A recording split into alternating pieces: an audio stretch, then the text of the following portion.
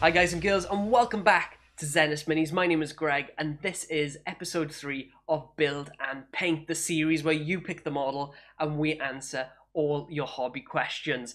Like, what exactly is green stuff? How do I use it? What in the Emperor's name is an STC, and will antibiotics clear it up? In this episode, we're looking at how to use green stuff to fill in any unwanted gaps on your models, and this is my first time doing a bit of macro filming, so please let me know in the comments whether it's working for you or any sort of suggestions. I really want to know. So on that note, we're going to move straight into the footage and pick up our Skitarii Ranger where we left him off in episode 2. Hi guys, so if you remember where we left off last time, it was with gluing the body, two halves of the body together, and we also had that line that went down the side of the robe, and you can see as well here where the glue has pooled. So what we're going to do first, before we attack that line with some green stuff, is we're going to get rid of where the glue has pooled. I've already had a little bit of a nick at it with the scalpel, but what you just need to do is run that scalpel along there. I'm just getting rid of that excess glue that's spilt over from when we glued the halves together. You don't need to spend too much time on it. It looks pretty flat and smooth there now, and you won't notice it when the model is sprayed. And there is a little bit of it coming through on the inside as well, so we just want to scrape that out, if you can see that. But we're not going to be able to see most of that anyway. We're just going to try and get rid of the glue spillage at the bottom. And there's a little bit this side as well.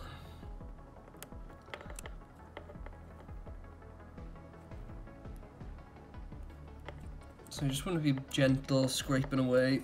It's an awkward angle to get at in here. But you might just want to use the tip of your scalpel to chip away at that. And you can sand it down as well, but there's not really that much of it on here, so using the scalpel to clean that up is probably just as easy. So what we're going to do now is go and fill those gaps on the outside here and be here with green stuff. So we've got our green stuff in front of us, and before we start the housekeeping, make sure your work surface is nice and clean before you start working with green stuff. So what you don't want to happen is something like a bit of spray or excess plastic, something like that, get mixed in while you're working with green stuff. So just give your surface a wipe, get rid of that excess debris that might be scattered across it. And what you're going to need to do initially is to cut off a section from the green or the yellow side and the blue side to mix together. And you want to avoid that central line going down the middle. That might have caused the green and the blue to almost start mixing together already. So you want to cut from the corners, and all we're going to do is cut a bit from the yellow, and we're going to cut an equal amount from the blue. And once you've got those two bits, you're ready to start mixing. Before we start mixing, what I'm going to recommend as well is that we get some water and lay it down on the surface here. So that'll help the two bits not stick to your work surface as you're working with the green stuff. As you can see, if we put it in the water, it just slides around. So that helps us when we're working with it. And all you need to do then is get the two parts and just start kneading it together with your fingers. And what will happen then is it'll form a darker green. So just want to keep working. It's going to take a little while for that to turn green. You can see it happening now. It's that darker colour green. We should be good to go.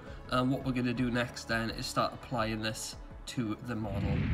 So now we've got our model, we've got our green stuff, and what we're going to do now is start applying it into that line that's running down that robe. So you don't want to apply it all, so you can cut off a little bit, just give that a bit of roll, and we just want to fill in that line here. Sorry, I'm a bit off camera there. So less is more on this, and as you're working with that, Just want to kind of drag it down, and you can see it's filling that hole as we go. We're getting the excess off there.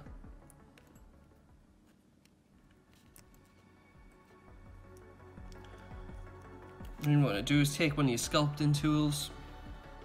So we're going to use this one here. Get a bit of water on there because you don't want it to stick either. Then what you can do is start running it down.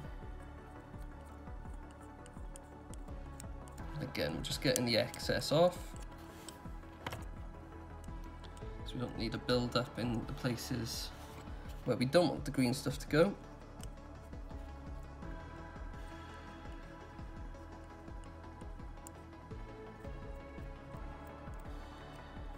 And it takes a little bit of work to do. It's not too tricky.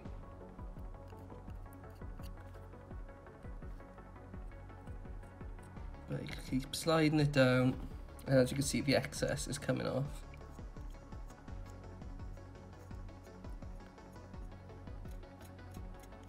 And what you can do is also either try and get as much excess off at this point, which is fine, or you can wait for it to dry.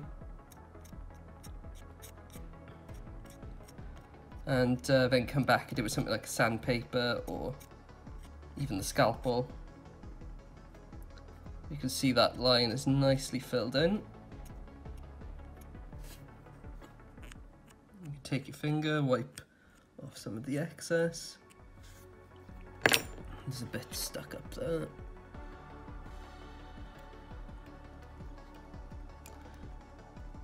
So you can use multiple tools to achieve the job. Get a bit of water. I'm just going to use the different sculpting tools. So this is the silicone sculpting tool. I'm just going to run that down there just to smooth it all in.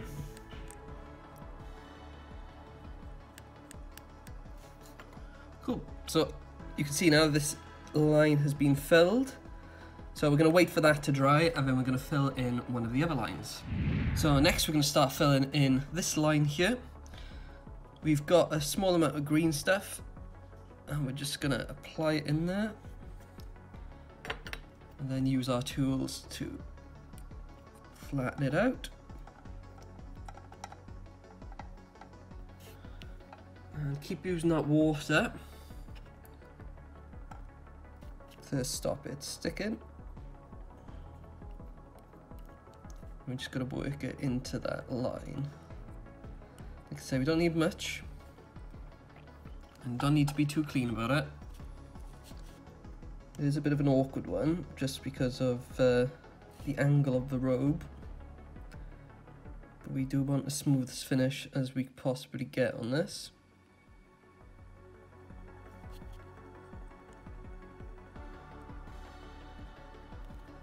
And it does make a difference then when you're painting the model, you don't have that nasty line running down. As that's in, and we just keep rubbing down. You can see then, just leaving it with a good finish in there. Good smooth line. And get rid of the excess. So that is filled. Let's now use the silicone tool to smooth everything in. So you don't have to be delicate in any shape or form when it comes to using green stuff. You just want to get the job done, really, with minimal effort.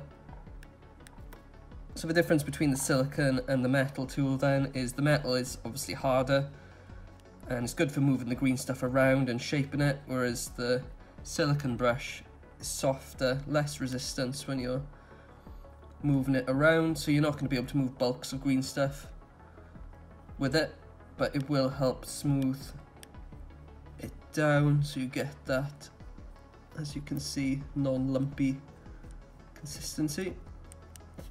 There we go. So we've got some excess still on there, and we can just then start scraping that away.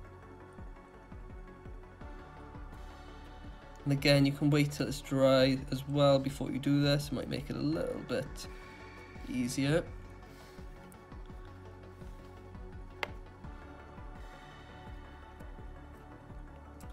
we go. And we're actually going to be filling a small amount of that line, I think, because the leg, I think, covers it from there down. So there's no need to fill all the way up, but I think we are going to need to fill this line down there. So there we go. So that's that line filled. So now we're going to fill that inside line. So again, we don't need much green stuff. We just want to pack that in. And this is sticking to my fingers. That's fine. Just going to position that in nicely using the silicone brush. It's a bit more delicate, so there we go. So that's all in there.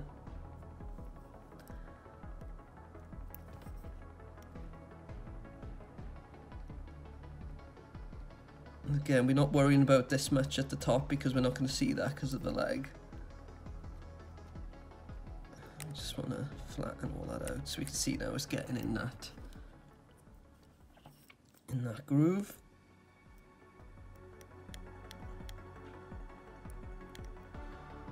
Which is what we want.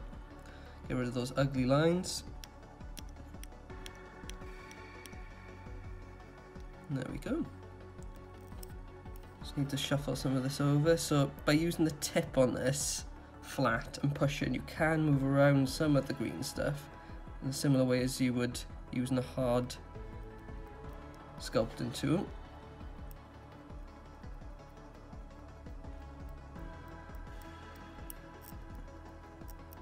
I know some people use liquid green stuff as well when it comes to filling in these lines, but I just found it just a tad inconsistent, really. Like, it takes so long just to fill in a gap like this.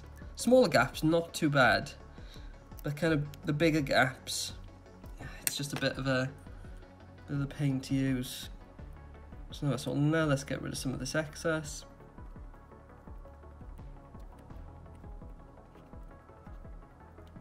There we go. As you can see, that line is filled in there.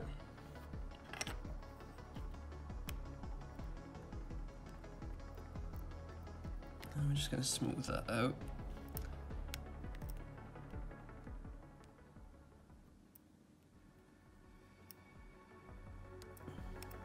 So just take your time with it, really, when you're using it.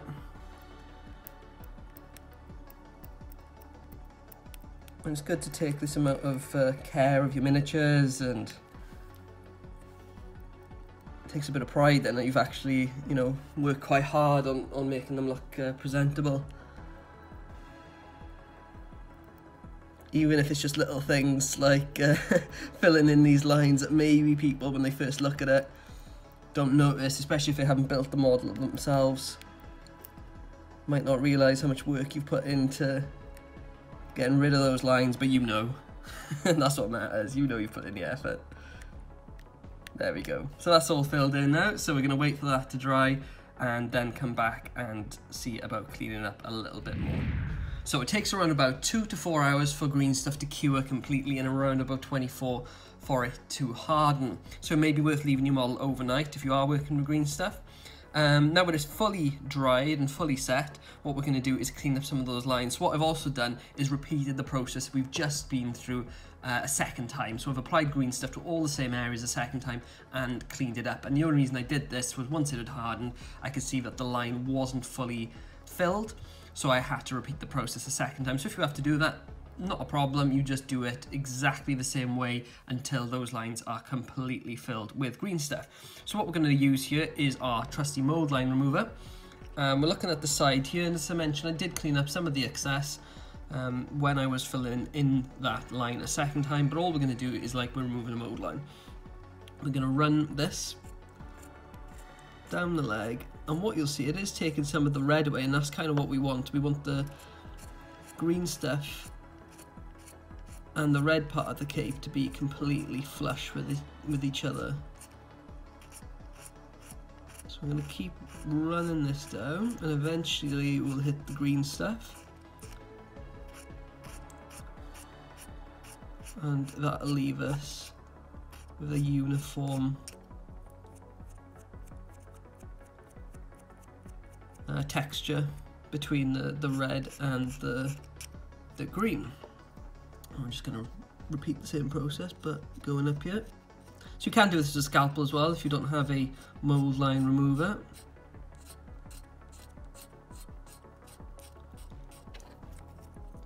Let's just make sure we get all that off. There we go.